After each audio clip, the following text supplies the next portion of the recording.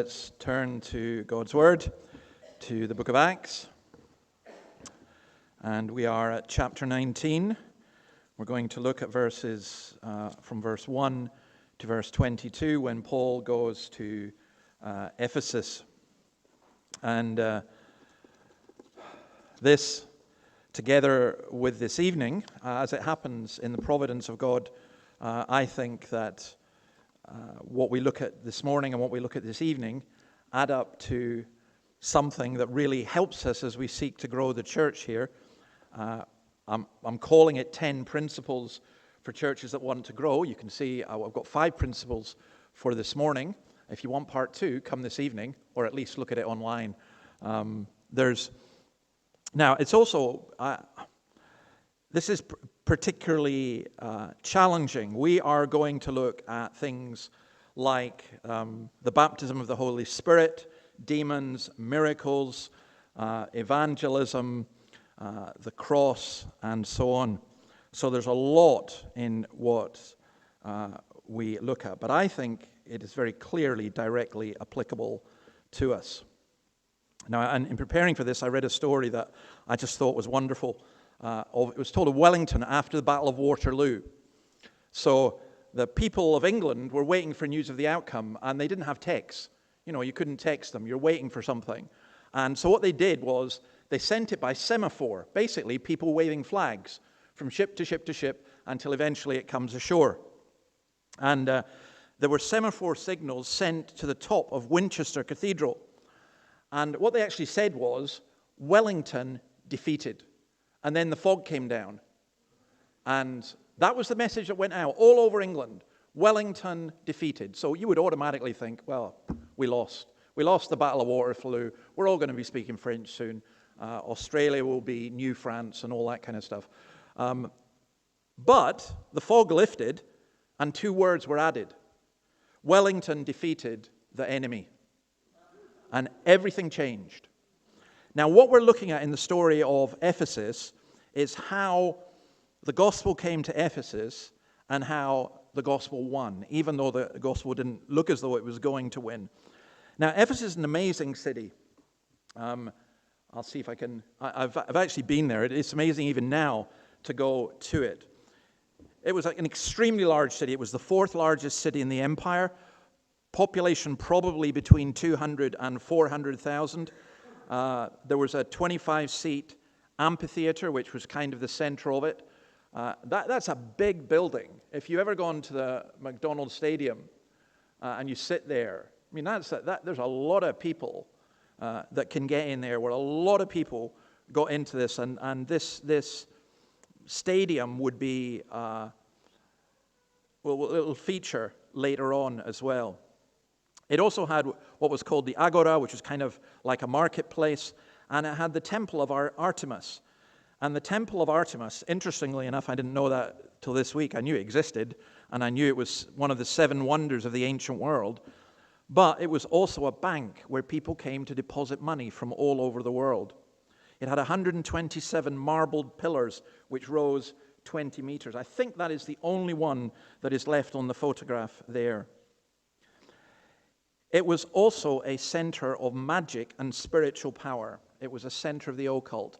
And to understand the letter to the Ephesians, you need to know that.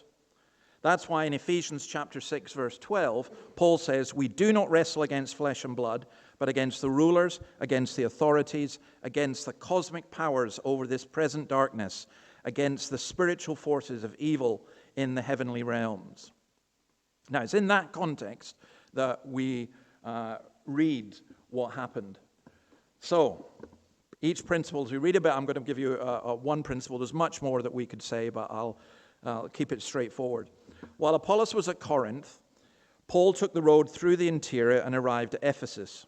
There he found some disciples and asked them, "Did you receive the Holy Spirit when you believed?" They answered, "No, we haven't even heard that there's a Holy Spirit." So Paul asked them, "What baptism did you receive?" "John's baptism," they replied. Paul said, "John's baptism was a baptism of repentance. He told the people to believe in the one coming after him, that is, in Jesus." On hearing this, they were baptized in the name of the Lord Jesus. When Paul placed his hands on them, the Holy Spirit came on them, and they spoke in tongues and prophesied. There were about 12 men in all. Now, the question I want to ask, and by the way, the painting, I like to include a classical painting. That's a painting. If you owned that painting right now, you'd be a multimillionaire, because that's El Greco's version of Pentecost with the tongues coming down, tongues of fire coming down. But the question I really want to ask is, do we need a second experience of the Holy Spirit? Now, we have very good relations with our brothers and sisters across the road in Generation Church, and they're a great church. We would disagree on this one, though. I don't think I would preach on this over there, because I think it would be a bit wrong of me to do so at one level, because the Pentecostals believe you need a second experience of the Holy Spirit. You become a Christian, and then you need to be baptized by the Holy Spirit. And one of the passages that's cited as evidence for that is this one. After all, were these not disciples who had been baptized, and yet they needed to receive the Holy Spirit? So let's look at what that means and what happened here. You'll notice, first of all, they were disciples of John the Baptist. They weren't disciples of Jesus. That is very important. They knew only the baptism of John. Paul initially seems to have thought they were Christians, and he asked them two questions linking the Holy Spirit and baptism. But they say they've never even heard of the Spirit. Now, there's a problem there, because they were Old Testament believers, and the Spirit is mentioned in the Old Testament. So they must have heard. What they mean is they knew nothing about the Spirit coming at Pentecost.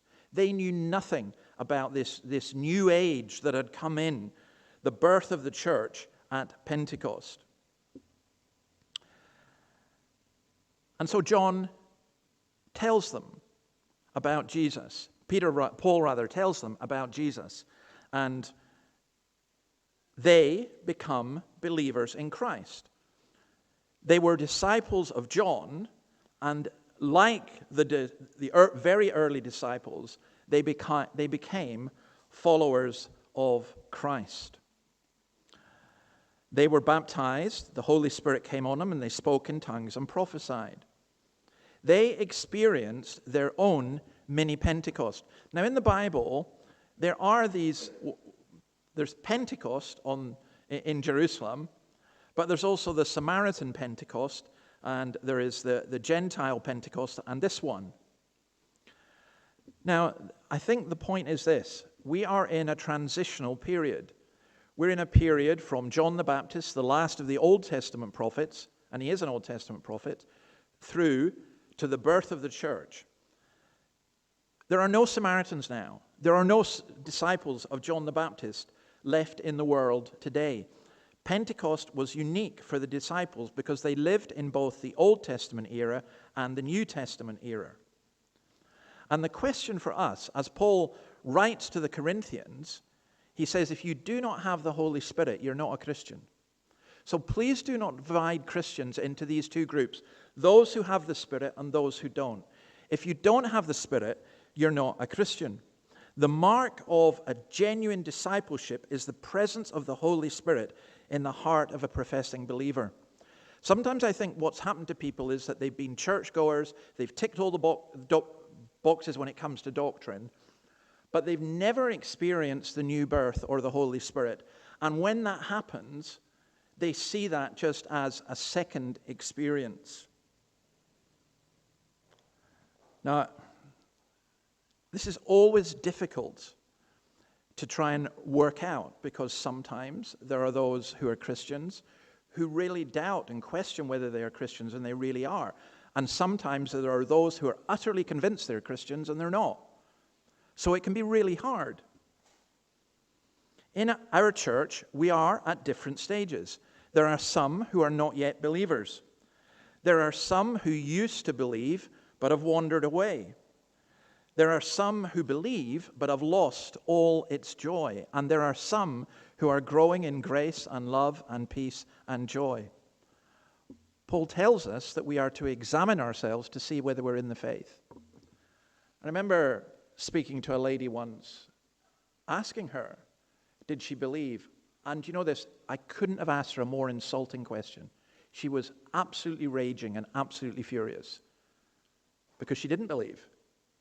But she thought this was a terrible insult to be told that. I actually think it is a good question, not all the time, but it's a good question to ask, do I believe? And sometimes you get to a point, this has been my own experience, that I'm thinking, was I really a Christian? I don't know if I was, but Lord, I pray you'd make me one now. That is, we really need to stop doing what we do in evangelism, which was get people to read a book, tick a box, say a prayer, and then we pronounce them Christian. How do you know? How do you know whether the Spirit's worked in their lives? And there are other people who, when you ask them, they cannot articulate it very well. They don't really understand what grace is. They cannot tell you about the atonement. But nonetheless, God has worked in their life. And you can see that there's a love for Christ. There's something that has happened. Paul puts it this way to the Ephesians again in chapter 2. And if you read Ephesians in the light of Acts 19, it makes so much more sense. He says, you were dead in your trespasses and sins according to the ways of this world, according to the ruler of the power of the air, the spirit now working in the disobedient. But God made you alive. And that's the difference between a Christian and a non-Christian. It's not church. It's not acknowledging doctrines. It's not what you do. It's not your ministry. It's, are you dead or are you alive? And I'll tell you this, there are some of us who are Christians at times feel that we're as dead as can be. And we pray for the Lord to revive us. But that's the question. It's interesting, as Patrick Shiner points out, when you go to Ephesians, we read a passage like this and we say, oh, speaking in tongues, what was that? Well, it was speaking different languages. It was a gift that was given. Prophecy and everything, those are the things we focus on. In his letter to the Ephesians, Paul doesn't mention tongues once. Nor prophecy, actually. But he does tell them to keep on being filled with the Spirit. So sometimes if people would ask me, do you believe in a second blessing? I would say yes, but I also believe in a third, a fourth, a fifth, a sixth, a seventh, and eighth. We need to keep on being filled with the Spirit. Our worship is dead and lifeless. Our witness is useless. Our lives are fruitless unless we are continually filled with the Spirit. And if you're going back to, I remember when this happened X number of years ago, and that is how I continue to live. No, don't remember when. Ask now. We want the Lord to fill us to be filled with the Spirit. So, we need the Holy Spirit. That's the first principle.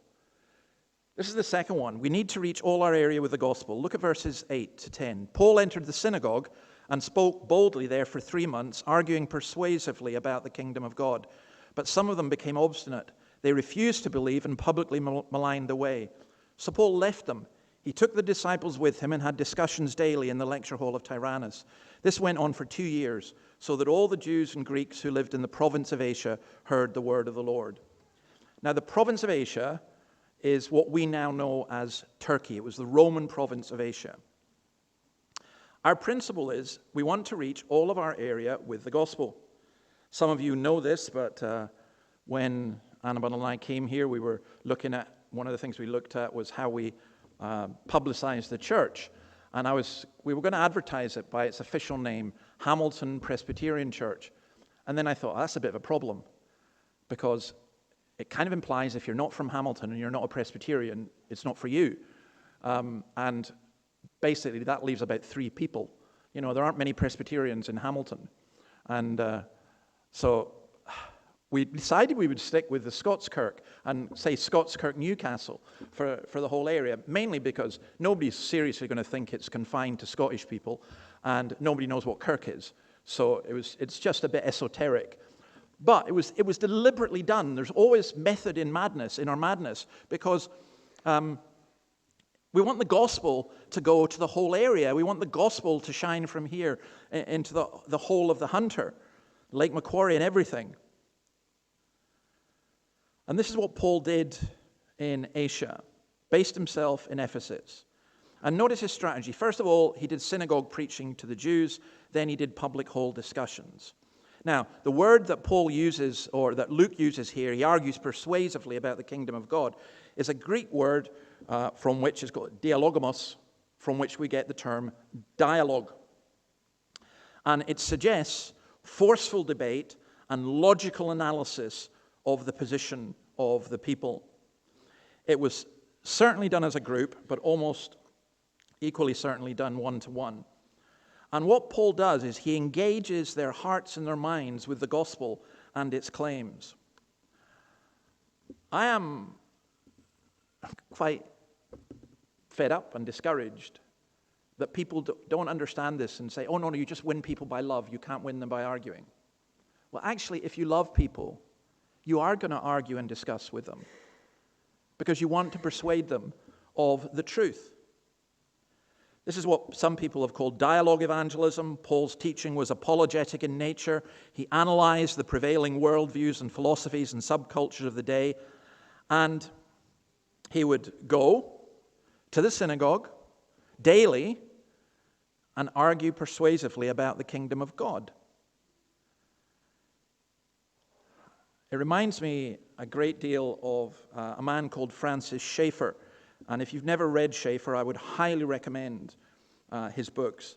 In the 1960s and 1970s, he was an American Presbyterian minister who was very impressed by the hippie movement and then got fed up at the church not being able to answer all the questions that all the hippies had. And so he went to Europe and he set up something called L'Abri, in the shelter in Switzerland.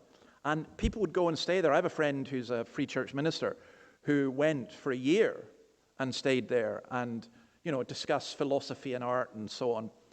There is a L'Abri still in Australia, just west of Sydney. I actually know the people who run it.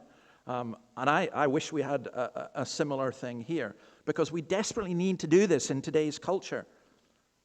People say, oh, they don't want to debate. Yeah, but people want to learn. They want to know. They want to think. They want to question. And if you doubt that, go along Bowman Street this week, go into all the newsagents or the shops and see the number of posters for esoteric religions and knowing yourself and everything else. And I want those to be filled with posters saying, come and discuss who God is, who Jesus is, and so on. And then Paul did this, and he spoke boldly. Now, that is a word that is frequently used to describe Paul's preaching and teaching ministry in chapter 9, chapter 13, chapter 14, chapter 18, chapter 26. Again, to the Ephesians, he writes, pray also for me in chapter 6, that whenever I speak, words may be given me, so that I will fearlessly make known the mystery of the gospel, for which I am an ambassador in chains. Pray that I may declare it fearlessly as I should. Now, I happen to be reading just now a biography of John Bunyan, Pilgrim's Progress. And again, I'm going to give you lots of recommended reading to keep you going, because you're all going to get tested on this next week. But Pilgrim's Progress, if you haven't read Pilgrim's Progress, I doubt you're a Christian. No. Yeah, but you really need to read Pilgrim's Progress. This is astonishing, it is still the second most read book in the world in history. And it was written by a tinker from Bedford who was imprisoned because he was told to stop preaching by the king. And he said, no, I can't stop preaching. And they put him in prison. They wanted to let him out and said, we'll let you out if you promise to stop preaching. He said, no, I can't. But you've got 4 kids, one of whom was a 10-year-old blind girl who died while he was in prison. And that broke his heart. But he said, no, I won't stop preaching. And his boldness enabled him to proclaim God's word in such a powerful way. And that's what Paul did. He argued persuasively from the scriptures about the kingdom of God. And that is, of course, he argued about Jesus Christ. Now, some refused to believe and publicly maligned the way. Notice, by the way, it was called the Way. There used to be a cult called the Way. But that's what Christianity was called. It was called the Way, because it was the way to live. If you come back tonight, you'll hear more about that. But Paul left and then went and had discussions daily in the lecture hall of Tyrannus. This is honestly one of my favorite bits of Scripture for lots and lots of different reasons. We know that Tyrannus was probably a philosopher or educator of some kind. Tyrannus wasn't his name. You know, when you were at school, you gave teachers nicknames that some of them, you wouldn't want them to know what their nicknames were. But everyone knew them. I'm sorry, this is really bad. I'm just thinking the worst I had. We had a teacher who, I can't even remember her proper name, but her nickname was Spittlebag, which was terrible because she used to spit when she spoke. So Tyrannus, that's his nickname. Why? Because he was a tyrant.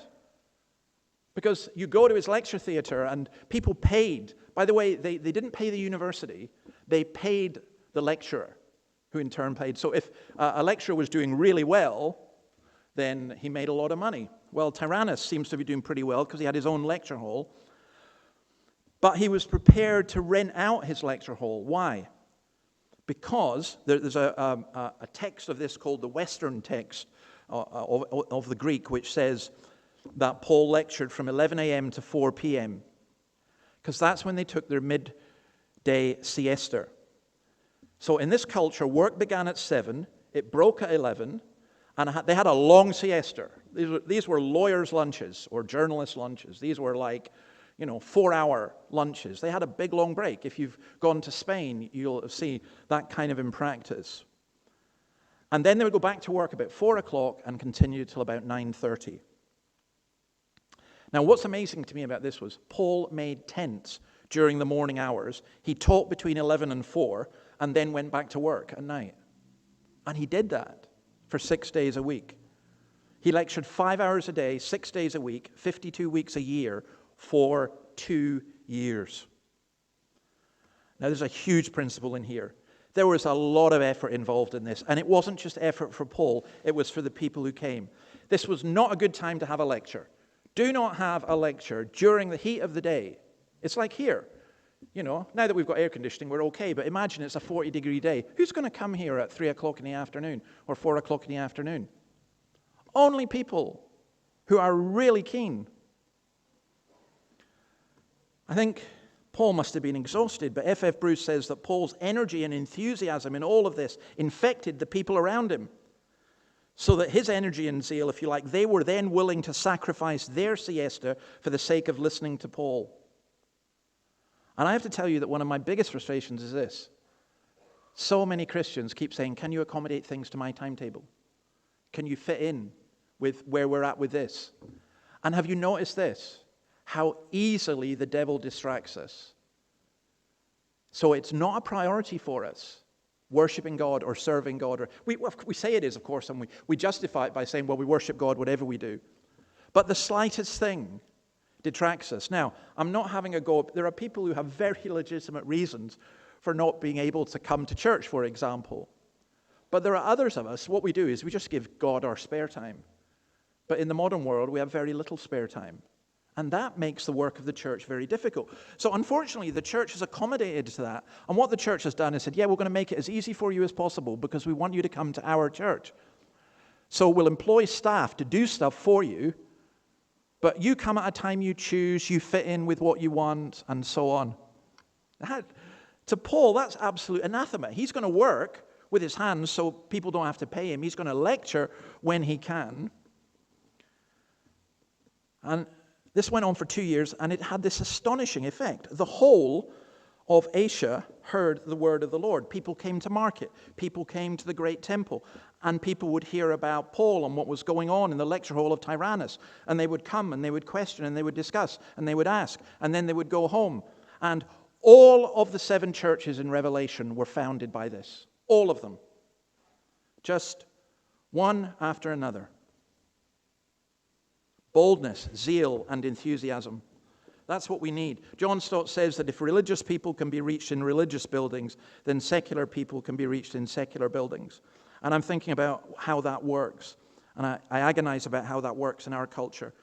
Do we go to a cafe? Do we go to a restaurant? There's a restaurant on Bowman Street have offered to let us use it for outreach meetings, and maybe we will.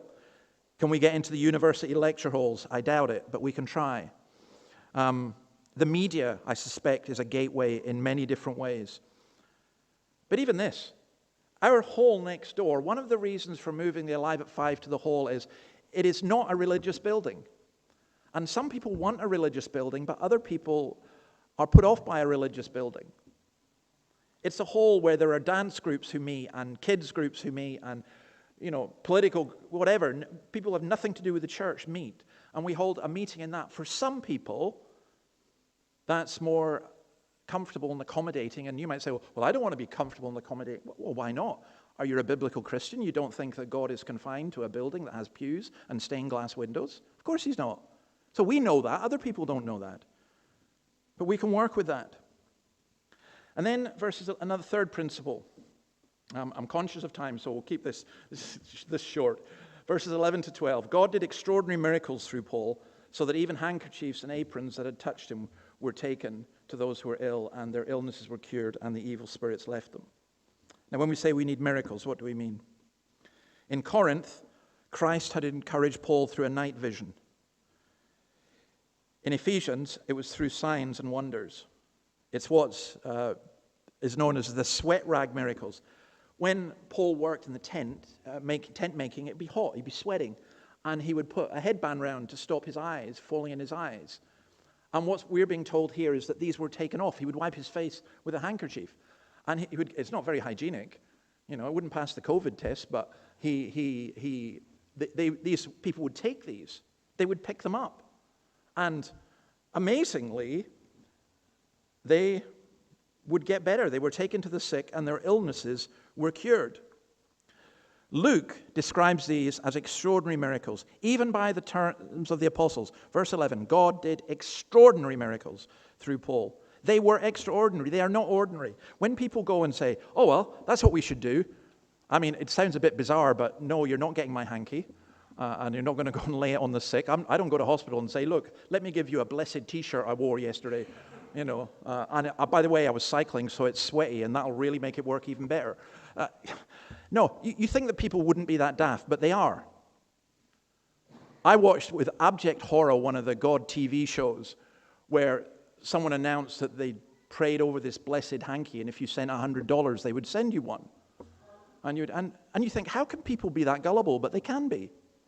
So what was going on here? Well, Paul regarded his miracles as his apostolic credentials.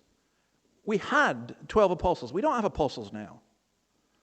And Jesus healed a woman when she touched the edge of his cloak. None of that gives a warranty for people who say, well, let's just pray over this blessed cloth, and if this cloth touches you. Look, Calvin talks about accommodation. The people in this context were incredibly superstitious. And I think the Lord even used the people's superstitions to bless them. But the key issue here is not, we don't need miracles, we don't need miraculous hankies and aprons. We need changed lives. And the greatest miracle is the miracle of regeneration. Jesus said to his disciples, we'd do even greater works than him, but he raised the dead. What could be greater than that? Making someone's short leg grow longer? That's the one I keep hearing about. How's that greater? No, the greatest miracle of all is seeing the spiritually dead come to life. And without that happening, this church, it may not die, but it'll just become a shell and useless and pointless. And I wouldn't want to be any part of it. We need to see God working miracles. And then we've got the question of demons. Some Jews who went around driving out evil spirits tried to invoke the name of the Lord Jesus over those who were demon-possessed. They would say, in the name of Jesus, whom Paul preaches, I command you to come out. 7 sons of Sceva, a Jewish chief priest, were doing this. One day the evil spirit answered them, Jesus I know, and Paul I know about, but who are you? Then the man who had the evil spirit jumped on them and overpowered them all.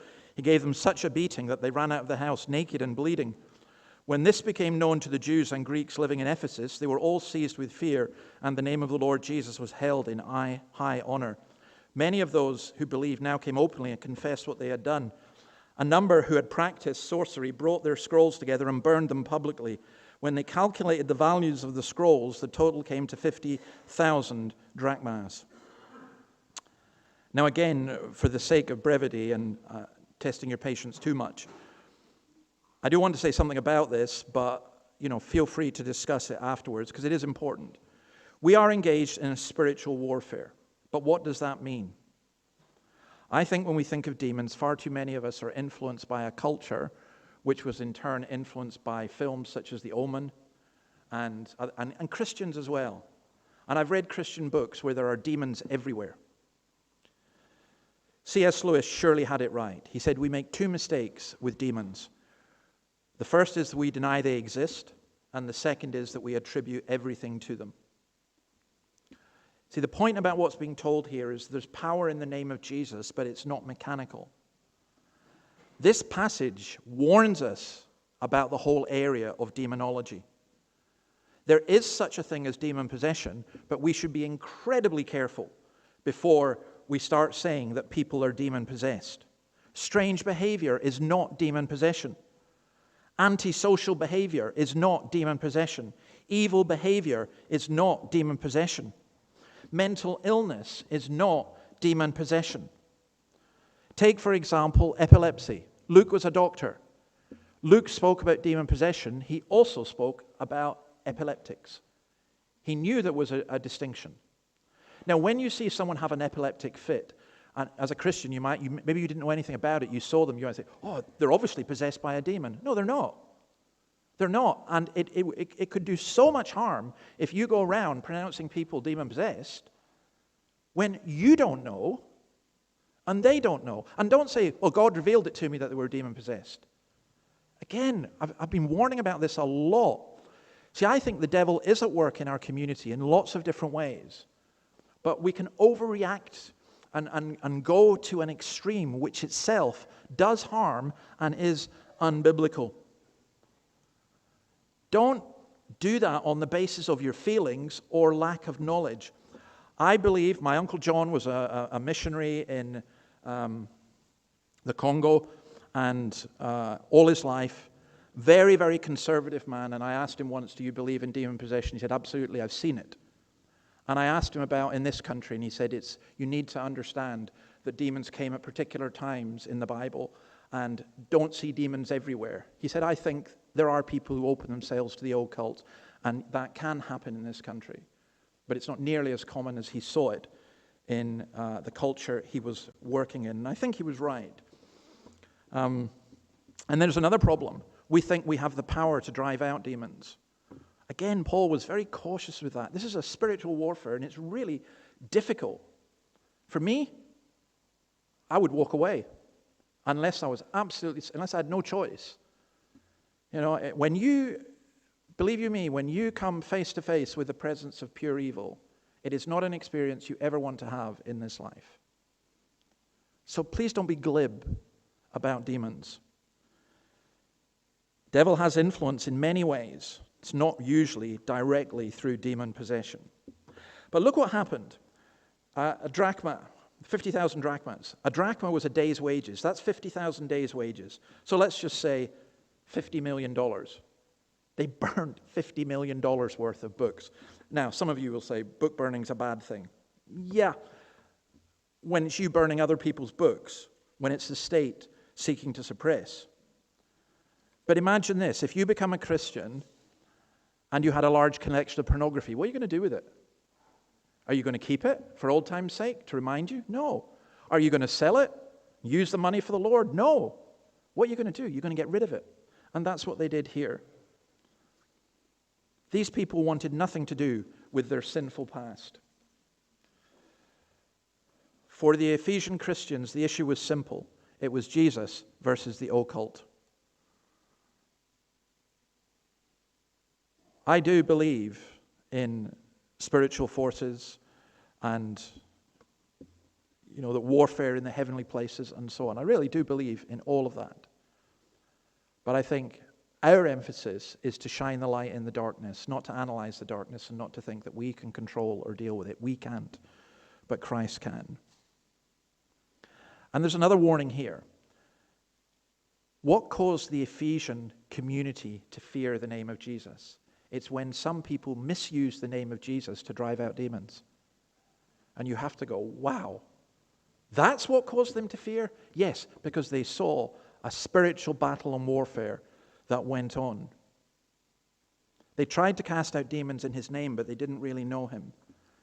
I think we need to be very careful, and I speak to myself on this, in proclaiming the name of Jesus as a means of justifying our actions.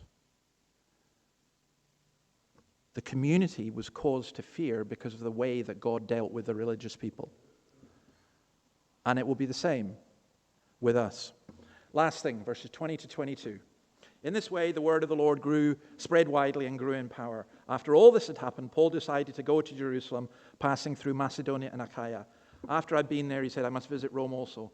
He sent 2 of his helpers, Timothy and Erastus, to Macedonia while he stayed in the province of Asia a little longer.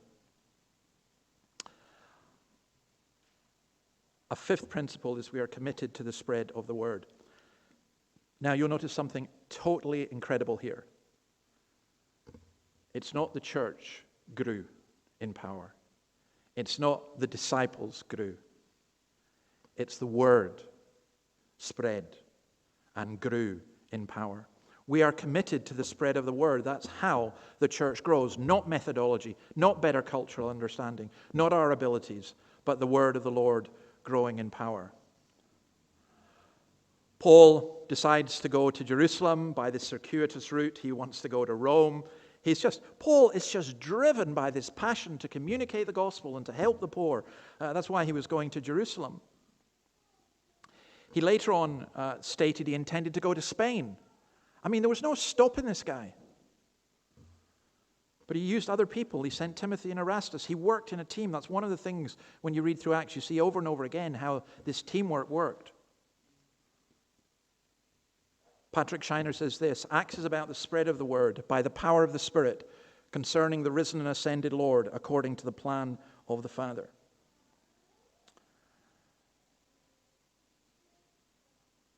I don't believe that there are many Presbyterians or Anglicans or Pentecostals, to be honest, who really believe this, at least not in my experience. It's the question of the larger catechism, number 155, to which all of you are well acquainted and can answer instantly. The Spirit of God makes the reading, but especially the preaching of the word, an effectual means to evangelize the world, to extend the church, and to build up believers. Preaching, that's a weird thing to do. Come and hear a sermon. I don't want someone preaching to me. Why? Why is it a weird thing to do?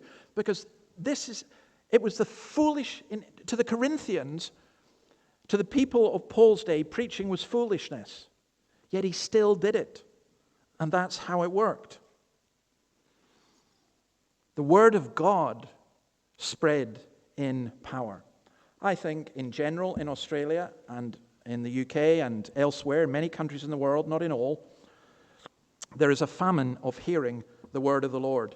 And I will guarantee you the vast majority of people in Newcastle have not heard the word of the Lord. And so we need to ask, are we committed to the spread of the word? We need to ask ourselves, is the word of God growing in our life? As I say, if you want to understand this better, read the letter to the Ephesians. I won't read it just now because we're going to have to stop, but that's one of the richest and most beautiful pieces of literature anywhere, and it comes out of this. The word of the Lord grew, spread widely, and grew in power. That's our aim. That's our purpose. That's our methodology. That's how God will bless. Now, do you know this? God could close this church and his word would still spread in power, and we should be thankful for that. Our primary purpose is not to see a particular church. Our primary purpose is to see God glorified through the spread of his word in the area in which he has placed us. And if he does it through somebody else, then give him praise. It's a wonderful thing. But that's what we should be looking for. So those are the principles I'm suggesting. There's 5 more tonight, but these 5 for just now. We need the Holy Spirit. We must seek to reach the whole of our area. We need miracles. We're engaged in spiritual warfare, and we are committed to the spreading of the word. May God bless his word to us.